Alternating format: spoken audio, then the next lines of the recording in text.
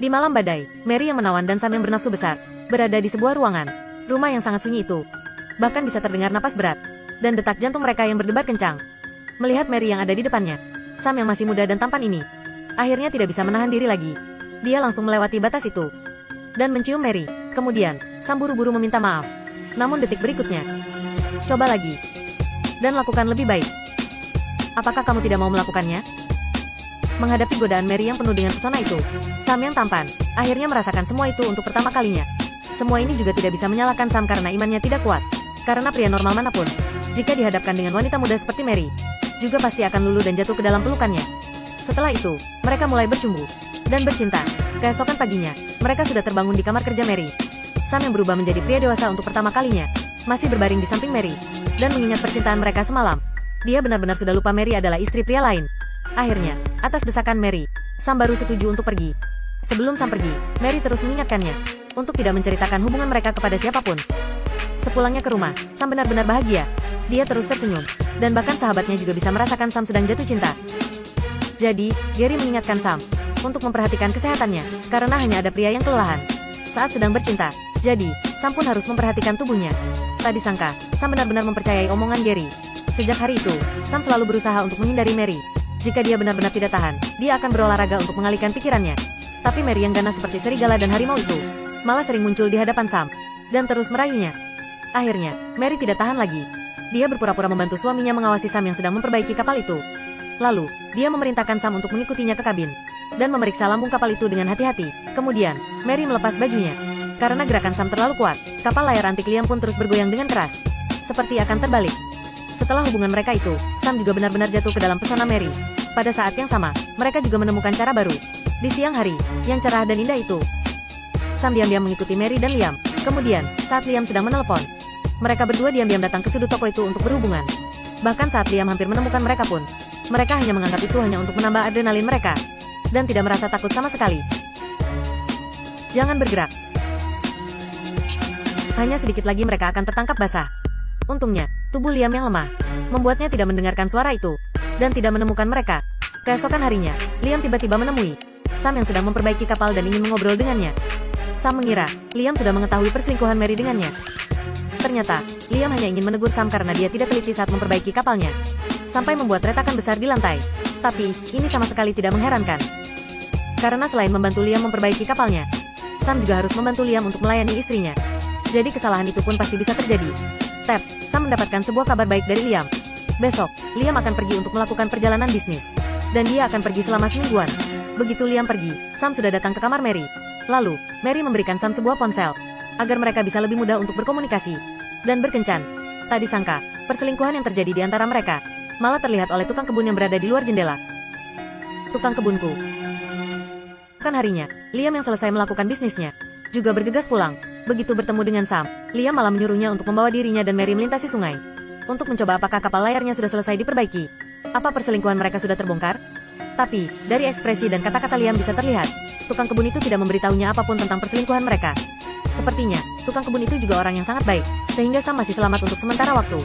Namun, saat Liam sedang berbicara, dan membungkuk untuk mengambil rokoknya yang jatuh di lantai, braket yang menopang kanvas itu terlepas, dan hampir membunuh Liam. Untungnya, Liam selamat. Apakah ini semua kebetulan yang tidak disengaja? Liam yang baik hati, tidak memikirkannya, dan hanya mengira tali yang mengikatnya kurang kencang. Tapi, setelah malam tiba, Sam menerima panggilan Mary. Sambil menangis, Mary meminta Sam untuk datang menemuinya di depan rumah sakit. Ketika Sam datang, wajah Mary sudah babak belur, dan dia sedang menangis dengan malang.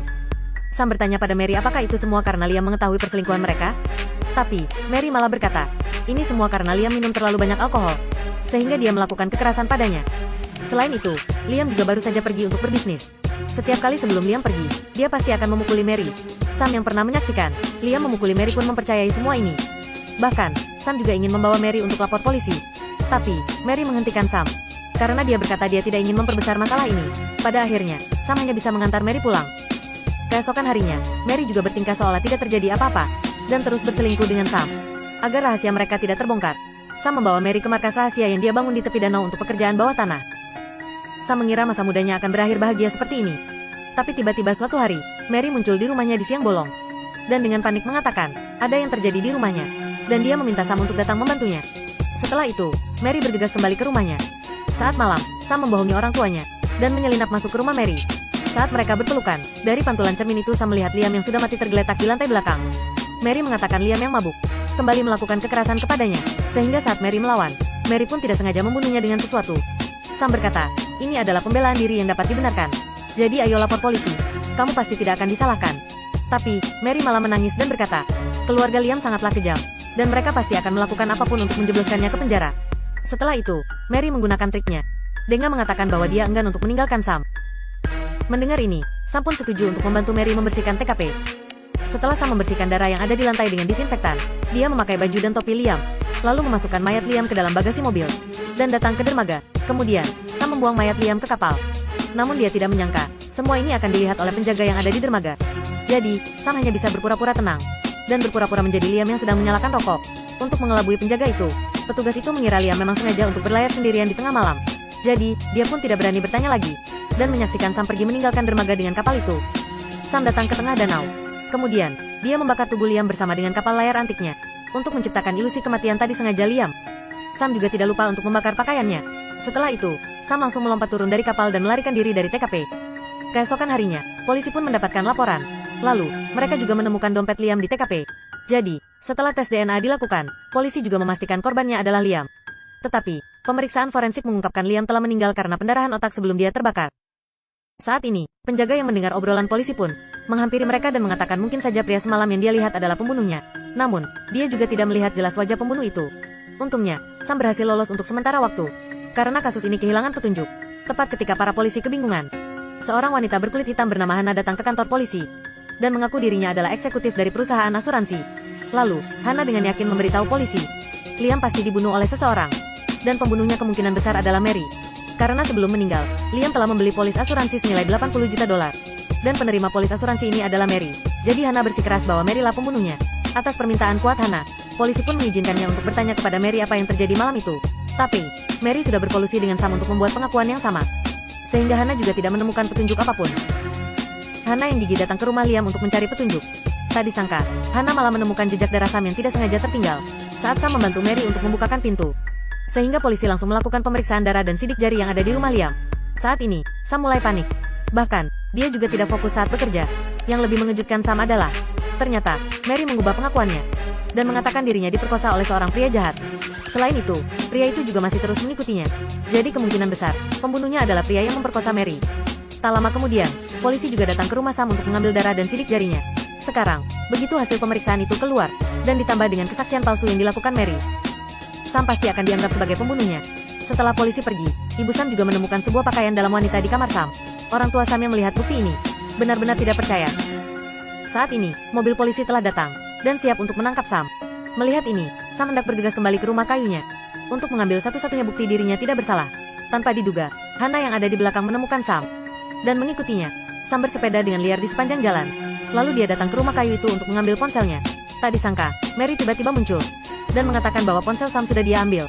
Tak lama setelah itu, mereka juga mendengar sirene polisi. Dan detik berikutnya, Mary langsung merobek bajunya dan berpura-pura diperkosa oleh Sam. Semua ini kebetulan terlihat oleh polisi yang bergegas datang. Tapi, polisi tua yang mengenal Sam dari kecil merasa Sam tidak bersalah, sehingga dia diam-diam membiarkannya pergi dan menyuruh Sam untuk segera menemukan buktinya agar dia bisa membuktikan ketidakbersalahannya. Jadi, Sam bergegas datang ke rumah kayu tempat Mary tinggal sementara untuk mengambil ponselnya. Tak disangka, dia malah menemukan paspor palsu Mary di dalam tas itu. Sepertinya, Mary adalah seorang penipu handal. Saat ini, Hana tiba-tiba muncul, sehingga Sam segera menyerahkan ponsel itu kepada Hana. Setelah mengetahui hal itu, Hana langsung menelepon polisi dan memberitahu semuanya kepada polisi. Dia juga meminta agar polisi segera datang. Sedangkan dirinya akan membawa Mary kembali ke kantor pusat perusahaan asuransi untuk diinterogasi. Sesuai aturan yang ada, Hana memborgol Sam di rumah kayu itu dan membawa Mary kembali ke markas. Sam yang polos juga percaya dan patuh pada Hana. Namun, ketika Hana dan Mary berjalan menuju mobil, Sam tiba-tiba melihat tato yang ada di kaki Mary. Ternyata persis sama dengan tato yang ada di kaki Hana. Baru pada saat itulah Sam menyadari kebenarannya. Benar sekali, Mary dan Hana bekerja sama. Dan tadi, Hana tidak benar-benar menelpon polisi, karena kabel telepon itu sudah dilepaskan. Tapi sebelum dia pergi, Mary juga meninggalkan ponsel yang dapat membuktikan bahwa Sam tidak bersalah.